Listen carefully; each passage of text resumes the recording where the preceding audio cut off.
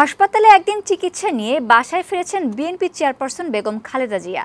তার ব্যক্তিগত চিকিৎসক এজেডএম জাহিদ হোসেন জানান, বৃহস্পতিবার হাসপাতালে খালেদা জিয়ার কয়েকটি পরীক্ষা করা হয়।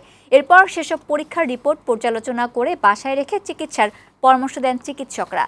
তিনি আরও জানান, লিভার সিরোসিসের কারণে খালেদা জিয়ার রক্তনালীতে যে অস্ত্রোপচার করা হয়েছিল এটি সাময়িক চিকিৎসা, এর নির্দিষ্ট মেয়াদ রয়েছে। সেই মেয়াদটা শেষ হয়ে যাচ্ছে, সে কারণে এখন জরুরি ভিত্তিতে বিদেশে নিয়ে লিভার প্রতিস্থাপন করার পরামর্শ দিয়েছেন চিকিৎসকেরা।